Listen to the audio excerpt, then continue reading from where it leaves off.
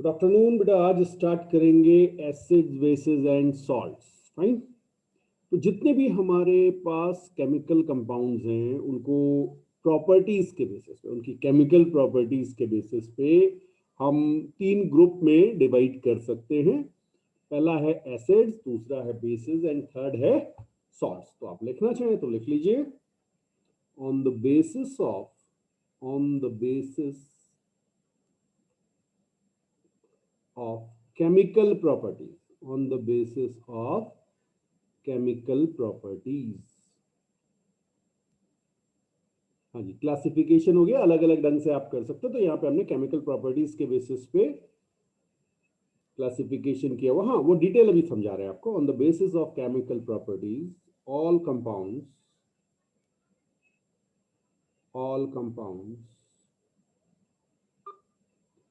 can be classified into three groups। Number one है आपका acids, second है basis, और पूरा चैप्टर इसी के बारे में है। तो सबसे पहले हम एसिड को पढ़ेंगे, फिर बेसिस पढ़ेंगे, क्या होते हैं, क्या प्रॉपर्टीज होती हैं। ठीक। हाँ, और कुछ कॉमन जो एग्जांपल्स हैं वो आपके उसमें होंगे। तो एसिड्स, बेसिस एंड सॉल्ट। इनको पढ़ने से पहले बेटा एक चीज और समझते हैं हम यहीं पे। इन्हें कहा जाता है इंडिकेटर्स। हाँ, हेडिंग डाल लीजिएगा, इंडिकेटर्स। तो अब कोई चीज एसिड है या कोई बेस है, ये आपको पता कैसे चलता है? तो हमने जब केमिकल रिएक्शन पढ़ा था तो हमने एक चीज देखी थी कि कुछ हमारे जो कंपाउंड्स हैं वो कलर चेंज कर लेते हैं। ठीक।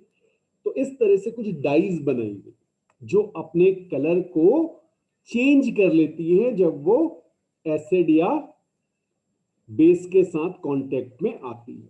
तो लिख लीजिएगा इंडिकेटर्स, ब्रैकेट में चाहे तो लिख ले for testing acids and bases. इनको टेस्ट करने के लिए ये इंडिकेटर कई तरह के हो सकते हैं। ठीक है, ओके। तो डेफिनेशन अगर हम लिखें तो अ डाई दैट चेंजेस कलर तो केमिकल रिएक्शन होगी। ठीक है, when it is put into an acid और बेस। फाइन। तो अगर मैं आपको थोड़ा सा एक आइडिया दूं, तो अगर हम इंडिकेटर की बात करें तो हमें इंडिकेटर, एक मैं आपको एग्जांपल दे रहा हूं। जैसे सामने आपके दिख रहा है, ठीक है, कुछ आपको पेपर्स दिख रहे हैं। फाइन, ये देखिए यहाँ पे आपको पेपर्स दिख रहे हैं येलो कलर के, और यहाँ पे डिफरेंट डिफरेंट कलर्स है। तो ये एक टाइप का, अभी नाम बताएंगे इसका। ठीक है, ये इंडिकेटर है।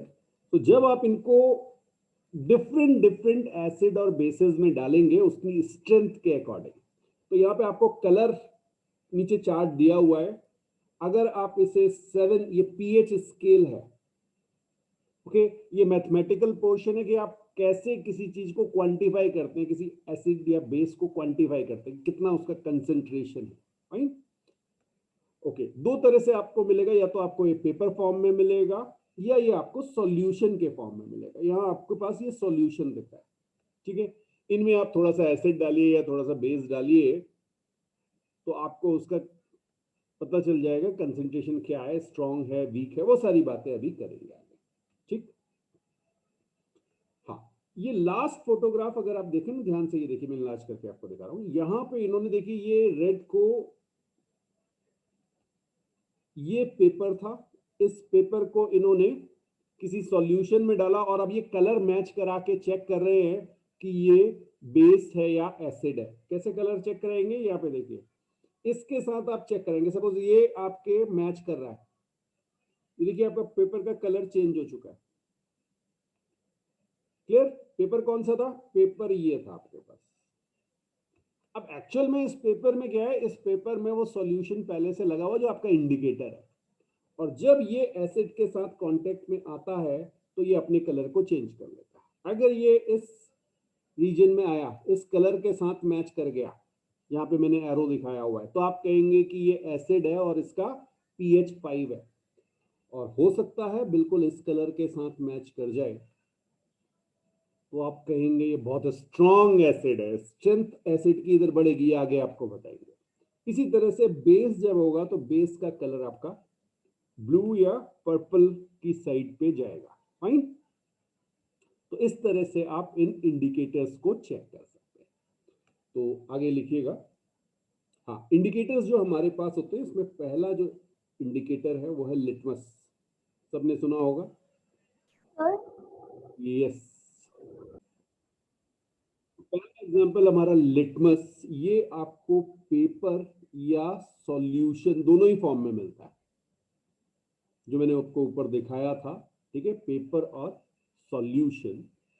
और ध्यान रखिएगा जब लिटमस की बात आएगी तो लिटमस पेपर ब्लू जो है उसे एसिड चेंज करेगा रेड लिटमस में, ब्लू लिटमस को चेंज करेगा रेड लिटमस पे कौन, एसिड, और रेड लिटमस को चेंज करेगा ब्लू में कौन, बेस।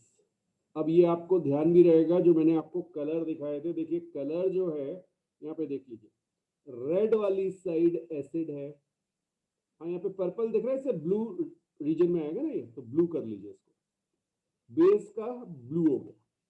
ठीक, तो अब समझिएगा यहाँ पे आपका blue colour, blue litmus red litmus में कन्वर्ट हो जाएगा, या उसका कलर रेड हो जाएगा अगर आपने एसिड के साथ रिएक्ट किया तो।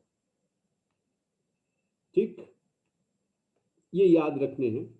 इसके अलावा एक और आपके पास होता है that is known as methyl orange या मिथाइल ऑरेंज।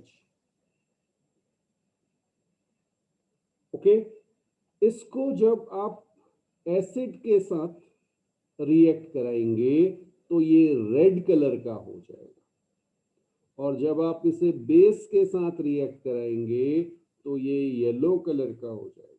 ये याद रखने बेटा, ठीक है, कि कौन सा इंडिकेटर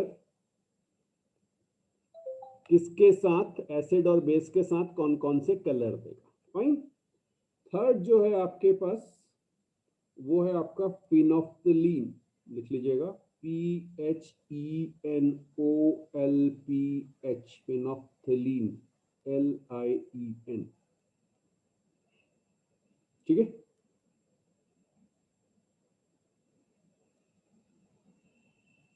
एक मिनट, कुछ स्पेलिंग करेगा तो कोई, PHEO फिनॉल लिखिए, PHTHE, हाँ ये आएगी फिनोफ्थलीन। ये बेटा आपके पास कलरलेस सॉल्यूशन होता है। ठीक है, फिनोफ्थलीन आपका कलरलेस होता है। अब जब आप इसे एसिड और बेस के साथ रिएक्ट कराएंगे तो देखिएगा क्या होगा, एसिड के साथ तो कोई चेंज नहीं आता, ये कलरलेस रहता है। लेकिन जैसे ही आप इसे बेस के साथ रिएक्ट कराएंगे ये आपका पिंक हो जाएगा। ठीक है, तो इससे किसका पता चलेगा, ये तो कंफर्म हो जाएगा कि भाई ये बेस है। एसिड के बारे में नहीं पता क्योंकि वो, हाँ अगर केवल एसिड और बेस देख रहे हैं तो फिर ठीक है, बट वो न्यूट्रल है तब भी तो हो सकता है। वो आगे बात करेंगे, वो आगे बात करेंगे। क्लियर। अच्छा, एक इंडिकेटर मैं आपको ऐसा भी बता सकता हूं जो आपकी किचन में भी मिलता है, और वो है टर्मरिक। हाँ जी, टर्मरिक जानते हैं, येलो कलर की होती है, कपड़ों में दाग लग जाते हैं। ओके, तो बेटा ये जब बेसिक या बेस लिखिए, ठीक है बेस लिख लीजिए, आप बेस लिखिए, बेस के साथ जब ये रिएक्ट करेगा तो ये आपको रेड कलर दे देता है। ठीक है, तो कभी भी हल्दी के अगर दाग कपड़ों पे लगे हों और आप उनमें सोप लगाइए, तो सोप जो है वो बेसिक होता है। ठीक, तो वो उसका कलर जो है वो ऑरेंज और रेडिश की ओर टर्न हो जाएगा, और जब फिर आप उसको धो लेंगे, ड्राई करेंगे, तो फिर से वो येलो कलर वापस आ जाएगा। फाइन। तो इस तरह से आपके इंडिकेटर्स होते हैं। कुछ और इंडिकेटर्स भी होते हैं जिसे आप कहते हैं स्मेल के बेसिस पे। ये तो कलर चेंज वाली चीज होगी, ठीक है ना, स्मेल पे होता है, उसको ऑल्फैक्टरी इंडिकेटर्स कहते हैं। लिख लीजिएगा।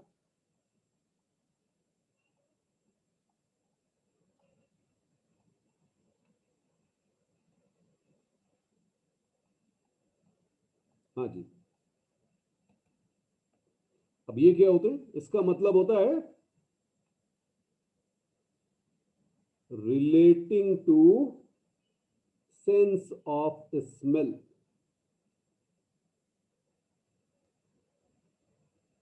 ठीक है। तो ये क्या करते हैं? ऐसे इंडिकेटर्स जो अपनी स्मेल को चेंज कर लेते हैं। इसमें जो पहला एग्जांपल है आपके पास वो है ओनियन। ओनियन में क्या होता है बेटा?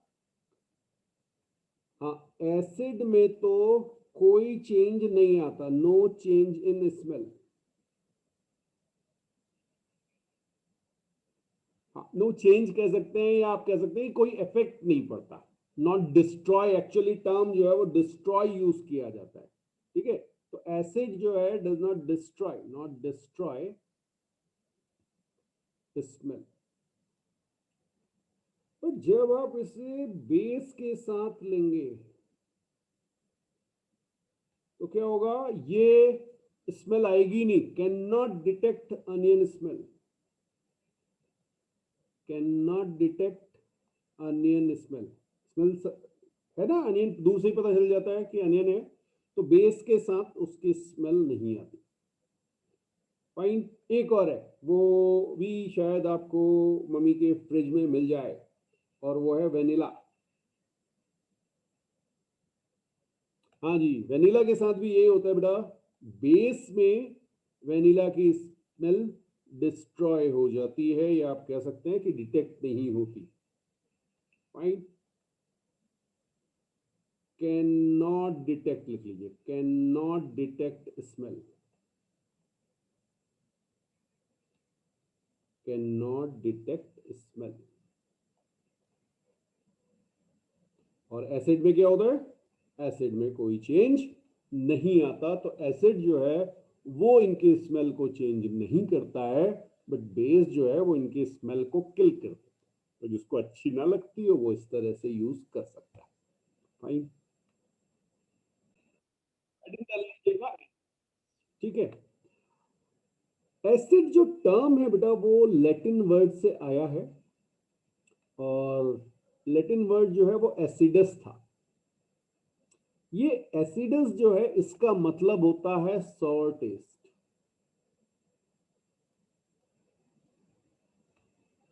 ठीक। तो जितने भी आपकी खट्टी चीजें हैं, जनरली आप ऐसा एज्यूम कर सकते हैं कि उसमें आपके पास एसिड होगा। ठीक है। जैसे मैं आपको एक एग्जांपल दूं। हाँ, ये तो सभी ने यूज किया होगा, एसिटिक एसिड। हाँ, ये नेचुरली भी होता है, सिंथेटिक भी होता है। ठीक है। विनेगर, एसिटिक एसिड जो है आपका, जो विनेगर है, सिरका। फाइन। ओके, बिल्कुल सही बात है। आप लिख सकते हैं, इसका फॉर्मूला होता है CH3COOH। हाँ, अभी ऐसी जरूरत नहीं है, लेकिन लिखना चाहें तो बिल्कुल लिख लीजिए। एसिटिक एसिड ये आपके किचन में अवेलेबल होता है। इसके अलावा एक और एसिड है, सिट्रिक। तो अगर आपने वो एसिटिक एसिड का टेस्ट अगर आपने किया हो, कहाँ किया भाई? चाउमीन वगैरह खाते होंगे तो सब में एसिटिक एसिड रहेगा। ठीक है ना? जितना भी आपके आजकल तो आप सब लोग चाइनीज फूड वाले हैं, तो उनमें इनका यूज काफी ज्यादा होता है। ठीक है। ओके, सिट्रिक एसिड जो है, यस बिल्कुल आपकी बात सही है। लेमन हो गया, हाँ, ऑरेंजेस हो गए, ये वाले जो सिट्रस फ्रूट्स आपके होते हैं, इनमें जनरली सिट्रिक एसिड मिलता है। फाइन। सिट्रिक एसिड आपका C6H8O7। वैसे तो ये सब ऑर्गेनिक में आएगा, 11th 12th में आता है जाके डिटेल में, थोड़ा बहुत आइडिया ले लीजिए। ठीक है। अच्छा, इसके अलावा एक और है, वो हमारे बॉडी के अंदर जनरेट होता है। हाँ जी, वो है हाइड्रोक्लोरिक एसिड, हाइड्रोक्लोरिक एसिड, ठीक है, बिल्कुल जी, HCl। अब ऐसे तो बॉडी के अंदर हो रहा है तो इसे नेचुरल होना चाहिए, बट अभी आगे बात करेंगे, ठीक है। ये गैस्ट्रिक जूसेस में होता है, खाना पचाने के काम आता है, डाइजेशन में हेल्प करता है, और इसीलिए कई बार ना वो कुछ ज्यादा खा लेते हैं तो ये ज्यादा हो जाता है, और उसके बाद वो बहुत ही अजीब सी फीलिंग और वो खट्टापन एक आता है ना, खट्टी डकार कहते हैं। ओके, तो वो जो हल्का सा सॉर टेस्ट है वो इसी एसिड का, फाइन। इसके अलावा एक और है, that is lactic acid, fine, lactic acid. तो लैक्टिक एसिड आपका मिल्क में, वो जो रख दें अगर बाहर ना थोड़े टाइम के लिए, आजकल गर्मियां भी हैं, तो एक हल्की सी खट्टी स्मेल आने लगती है, या जो कर्ड में आती है, यस, कर्ड में भी लैक्टिक एसिड की वजह से होता हो, फाइन। Yes yes yes. इसके अलावा बेटा लैक्टिक एसिड के अलावा जो है आपका होता है फॉर्मिक एसिड, फॉर्मिक एसिड, हाँ, इसको लिखना चाहिए, लिख लीजिए, HCOOH। सब याद करने की जरूरत नहीं, मैं जस्ट आइडिया आपको दे रहा हूँ, हैं तो सबके फॉर्मूले लेकिन इतने कॉम्प्लेक्स होंगे कि आपको याद ही नहीं रहेगी, बिल्कुल सही बात है। तो जो स्टिंग्स होती है ना, स्टिंग्स ऑफ बीज एंड आन, हाँ जी, इनमें ये होता है फॉर्मिक एसिड।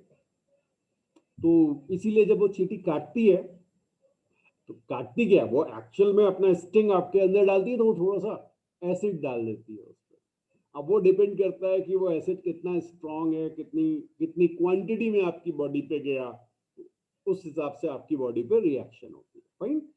इसके अलावा एक होता है बेटा malic acid, MALEIC, malic acid, हाँ जी, ये आपका मिलता है एप्पल्स में।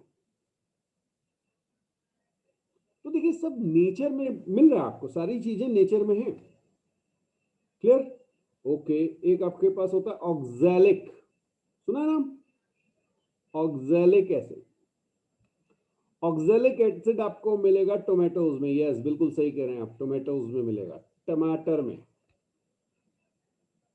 ठीक है। अच्छा, खट्टे में एक और चीज आपने सुनी होगी, टार्ट्रिक, फाइन, टार्ट्रिक एसिड, हाँ जी, ये इमली जो होती है ना, टेमरिन, चाहे तो लिख लीजिएगा इमली, ठीक है, ये वो वाला खट्टापन है टार्ट्रिक, ओके। ग्रेप्स में भी ये होता है बेटा।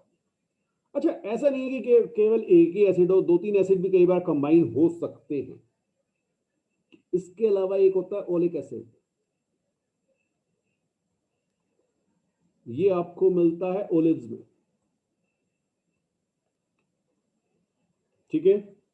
फिर आपका uric acid, okay, uric acid, तो ये हमारी बॉडी में फॉर्म होगा, ये यूरिन के साथ जनरली होता है, और जब ये एक्सेशन में हो जाता है तो फिर प्रॉब्लम भी शुरू हो जाती है, पैर में दर्द होने लगता है, स्वेलिंग आ जाती है, वो बायो की चीजें हो गई कि क्यों वो इफेक्ट आता है, ठीक है, या मेडिकल की चीजें आप कह सकते हैं, बट मेनली अब ये जितने आप देखेंगे, ये सब के सब क्या है, इनको आप नाम देते हैं बेटा ऑर्गेनिक एसिड्स, क्या नाम देते हैं, organic acids.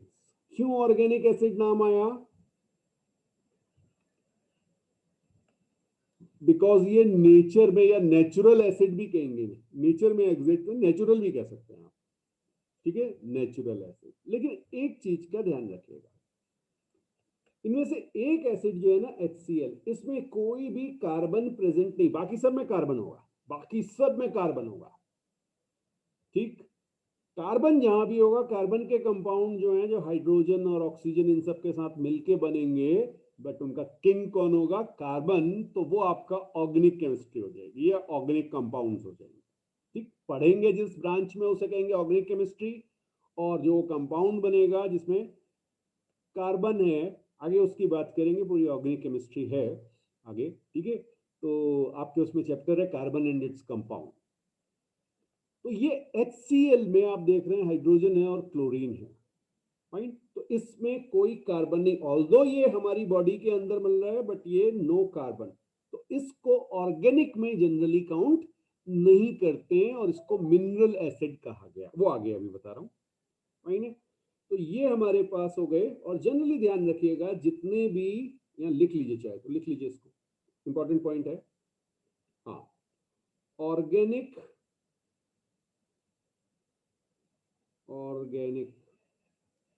Acids are weak acids. अभी बताएंगे वीक और स्ट्रॉन्ग क्या है, ठीक है। अभी सिर्फ ये पॉइंट लिख लीजिए, organic acids are weak acids, weak होते हैं। अच्छा, सेकंड टाइप जो हो गई उसकी हेडिंग डालिएगा, सेकंड टाइप ये हमारे होते हैं मिनरल एसिड्स। मिनरल एसिड्स या इन्हें इनऑर्गेनिक भी कहा जाता है, इनऑर्गेनिक, ठीक है। तो इनमें केवल एक ऐसा है जिसमें आपको कार्बन मिलेगा, अदरवाइज इसमें भी कार्बन आपको नहीं मिलता है, तो इसमें HCl आपका आ गया, ठीक है। मेनली आपके उसमें जो है वो तीन आते हैं, hydrochloric acid, hydrochloric acid, second लिखिएगा sulphuric acid, sulphuric acid, sulphuric acid होता है H2SO4, ठीक है। और फिर है HNO3, ये आपका नाइट्रिक एसिड। और ये एसिड आपके स्ट्रॉन्ग एसिड होते हैं। आप इन तीनों के बारे में ध्यान रखिएगा कि ये तीनों स्ट्रॉन्ग एसिड हैं, फाइन। हाँ, इसके अलावा और भी एसिड हो सकते हैं, बट मेनली आपके कोर्स में इतने। एक और लिखना चाहें तो लिख लीजिए H2CO3, ये मैंने आपको बताया था, ठीक है। H2CO3 ये है आपका कार्बोनिक एसिड, और ये वीक होता है। और ये अकेला ऐसा है जिसमें आपके पास ये कार्बन अवेलेबल है। मिनरल एसिड्स में ये अकेला है जिसमें कार्बन अवेलेबल है, राइट। ओके, तो ये हमारे एसिड हो गए। अब ये मैंने आपको एक थोड़ा सा आइडिया दिया कि एसिड क्या है। अभी ये बात नहीं हुई कि एसिड की डेफिनेशन क्या है, राइट। एक चीज अगर आप इन सबको देखेंगे तो एक चीज हमें कॉमन दिख रही है, और वो है आपकी हाइड्रोजन। तो लिख लीजिएगा, hydrogen is common in all acid. अब एसिड को भी दो तीन तरह से डिफाइन किया जा सकता है, बट मैं आपको अभी सारी चीजें नहीं बता रहा हूं, क्योंकि नहीं तो क्या होता है आप स्कूल में गड़बड़ कर देंगे। आपके यहाँ पे जो एसिड की डेफिनेशन दी गई है वो भी मैं लिखा रहा हूं, लिख लीजिएगा। एसिड की डेफिनेशन है कंपाउंड which contains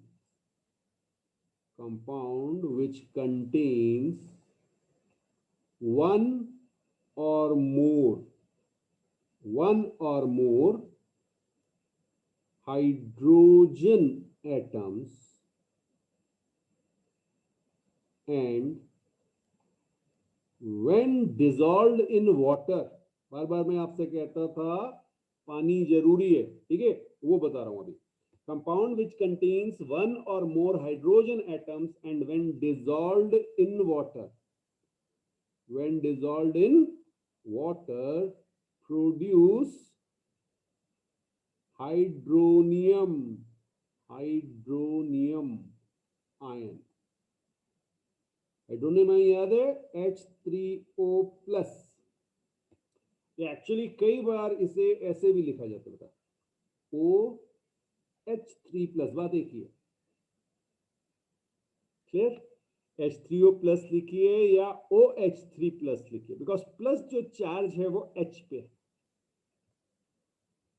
हाँ, O पे पॉजिटिव चार्ज बेटा अनस्टेबल होगा,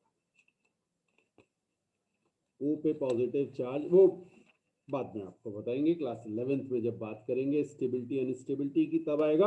अभी बस आपको ये ध्यान रखना है कि जब भी आप एक ऐसा कंपाउंड लेंगे जिसे आप वाटर में डालें तो वो क्या बना दे, हाइड्रोनियम आयन। क्या बना दे, हाइड्रोनियम आयन। अगर वो बना रहा है तो वो ऐसे। अब आपको रटने की जरूरत नहीं है कि ये H2SO4 है या ये है, ये तो इतने तो याद कर ही लीजिए। लेकिन इसके अलावा जो भी कंपाउंड क्या करेगा, डेफिनेशन क्या होगी आज के बाद, जो भी कंपाउंड वाटर में डालने पे H प्लस आयन दे और H प्लस H2O के साथ मिलकर हाइड्रोनियम बना दे। राइट, तो कुछ एग्जांपल देखें, चलिए एग्जांपल देखते हैं। ओके, तो पहला एग्जांपल मैं ले रहा हूं HCl। HCl में मैंने H2O ऐड कर दिया। क्लियर है। अब यहां पर देखिए रिएक्शन जो आपको दिखाते हैं ना, ये इस तरह की रिएक्शन होती है रिवर्सिबल। ये आपका आ जाता है H3O प्लस और साथ में Cl माइनस। फाइन।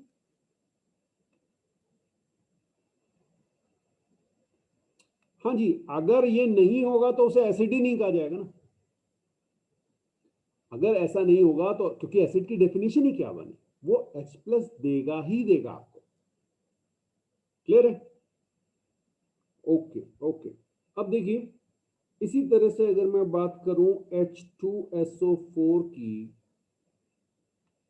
H2SO4 की, तो यहां पर H2O के साथ आप ऐड करेंगे। मैं अभी डायरेक्ट रिएक्शन लिख रहा हूं, ठीक है। यहां पे ये आपको दे देगा H3O प्लस और साथ में SO4 माइनस माइनस। बैलेंस आपको करनी पड़ेगी, तो आप जब इसे बैलेंस करेंगे तो ये 2 और यहाँ पे 2 आ जाएगा। चेक कर लीजिए एक बार, क्या ये बन रहा है H2SO4 प्लस 2H2, क्योंकि यहाँ पे क्या होगा, H प्लस 2 बार निकलेगा, सल्फेट आयन सेपरेट होगा। ये आयन बच रहा है बेटा आपका सल्फेट आयन, यहाँ पे क्लोराइड आयन है Cl, पहले वाले केस में HCl क्लोराइड आयन देगा, एक H प्लस।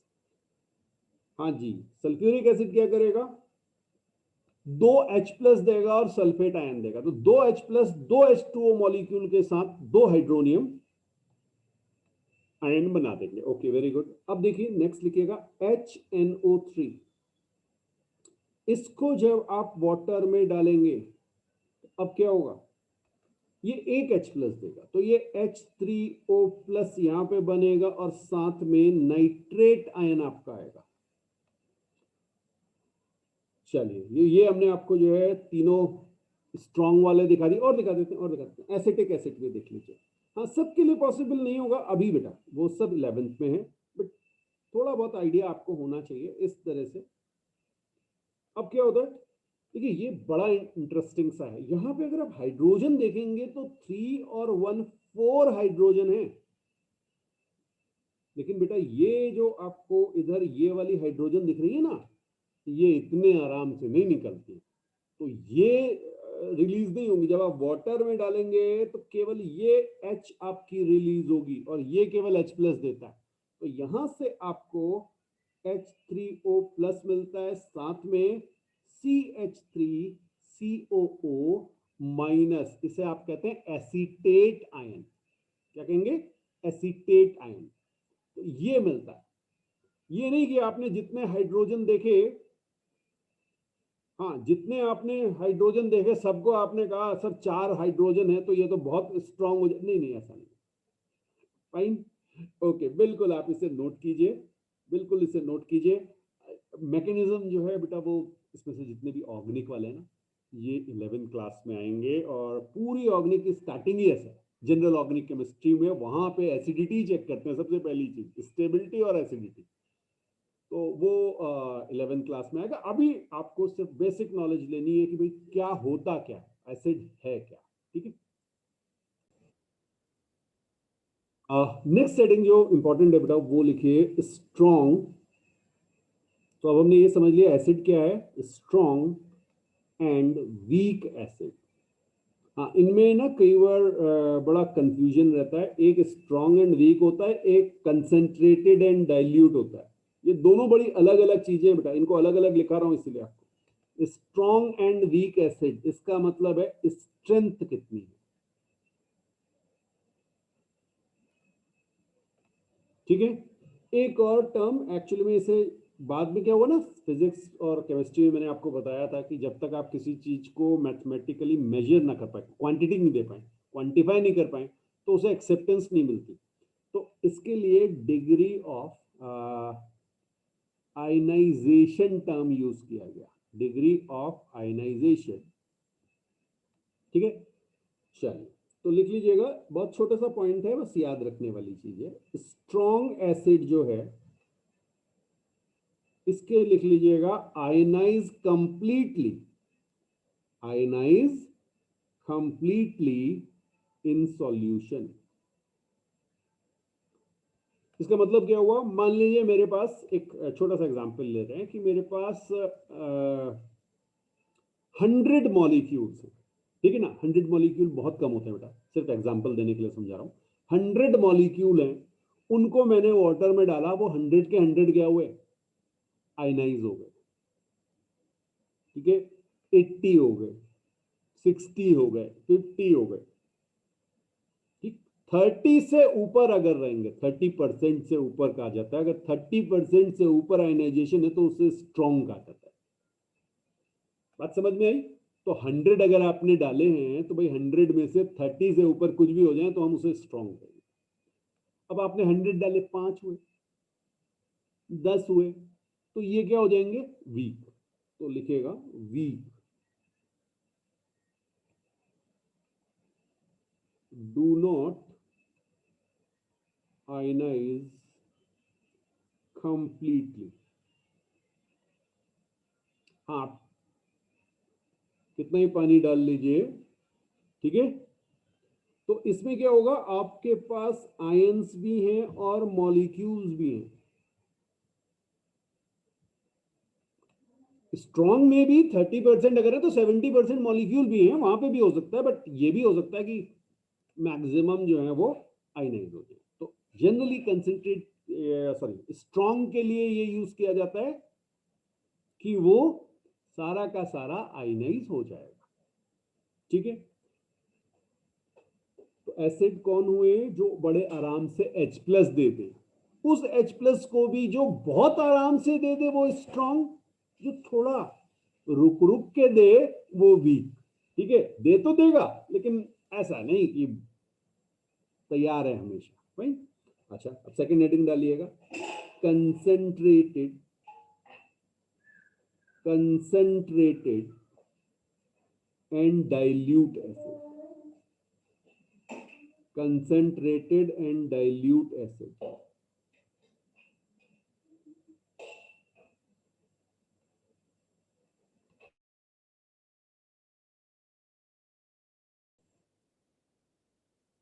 अब बेटा जब हम बात करेंगे कंसंट्रेटेड की, तो समझिएगा यहां पर कंसंट्रेटेड का मतलब क्या है।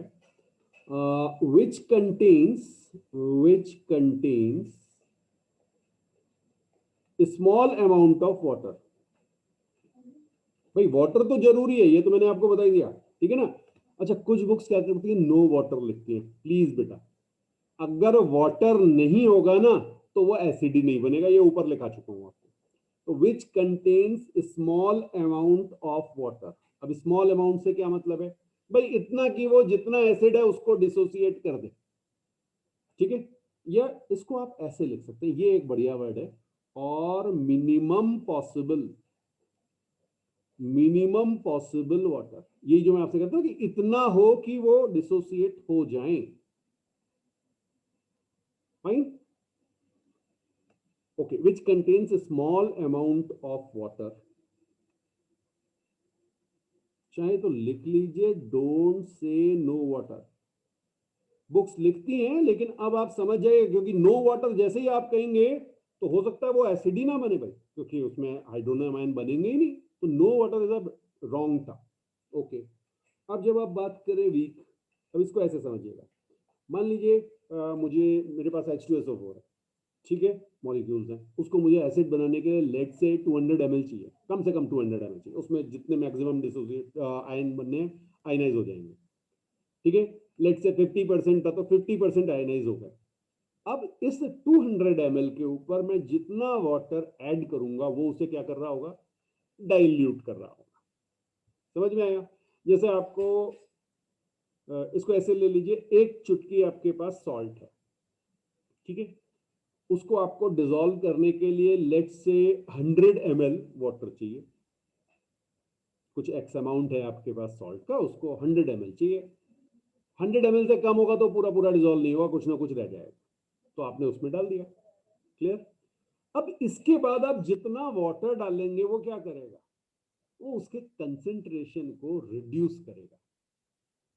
समझ में आया? तो ये है वीक और कंसेंट्रेटेड टर्म। और स्ट्रॉन्ग और वीक क्या था? सॉरी, कंसेंट्रेटेड एंड डाइल्यूट था।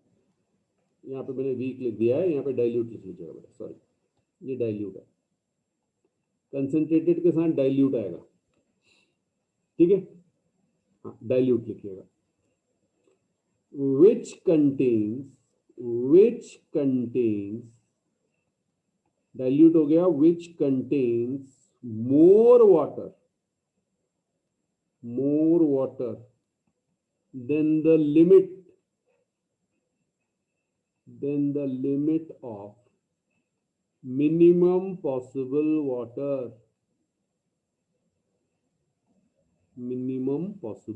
वाटर, तो ये आपकी डेफिनेशन हो गई कंसेंट्रेटेड डाइल्यूट एसिड, ठीक है? स्ट्रॉन्ग वीक हम पहले पढ़ चुके थे।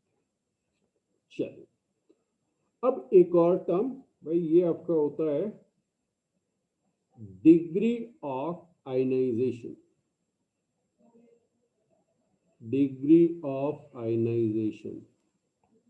भाई इसको जनरली आप अल्फा से डिनोट करते हैं, बहुत ज्यादा इसका यूज नहीं आता, लेकिन टर्म समझ लीजिए आसान सा, इसलिए मैं बता दे रहा हूं। ये सब चीजें जो हैं ये आगे 11th में जाके डिटेल में आएंगी। ओके, तो यहां पर नंबर ऑफ एसिड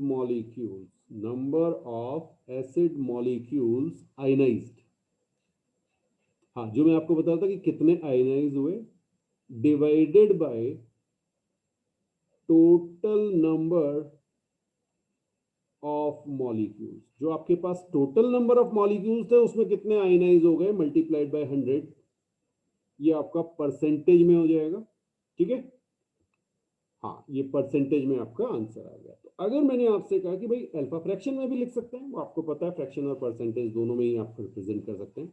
अगर आपका अल्फा 30% से ज्यादा है देन इट इज स्ट्रॉन्ग, और अगर आपका अल्फा 30% से कम है तो आप उसे कहेंगे वीक। तो 30 को एक बाउंड्री माना गया है। ये आपने इस तरह से इसको डिफाइन कर दिया कि भाई आज के बाद अगर हम क्वांटिफाई करना चाहें तो हम इस वे में क्वांटिफाई कर सकते हैं।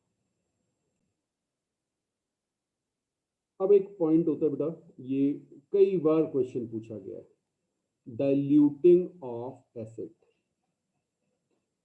है ना? एसिड को डाइल्यूट करना। ऐसे तो कंसेंट्रेटेड एसिड जनरली इतने आराम से मिलता नहीं है, जो मिलता भी है वो स्पेशल प्रिकॉशंस के साथ ही मिलता है। डाइल्यूटिंग का मतलब होता है वाटर ऐड करना, मींस एडिशन ऑफ वाटर, ठीक है? तो आप पानी ऐड करते चले जाएंगे। अब यहां पे ध्यान रखिएगा, स्टार के साथ लिख लीजिए, जब आप वाटर और एसिड को मिलाते हैं तो जो ये रिएक्शन आपकी होती है ये होती है एक्सोथर्मिक, और एक्सोथर्मिक हाईली एक्सोथर्मिक। डाइल्यूटिंग जो है या डाइल्यूशन जो है वो हाईली एक्सोथर्मिक रिएक्शन है, हाईली एक्सोथर्मिक। ढेर सारी हीट निकलेगी, बहुत सारी हीट निकलेगी, और कई बार ऐसा भी हो सकता है कि जिस कंटेनर में आप परफॉर्म कर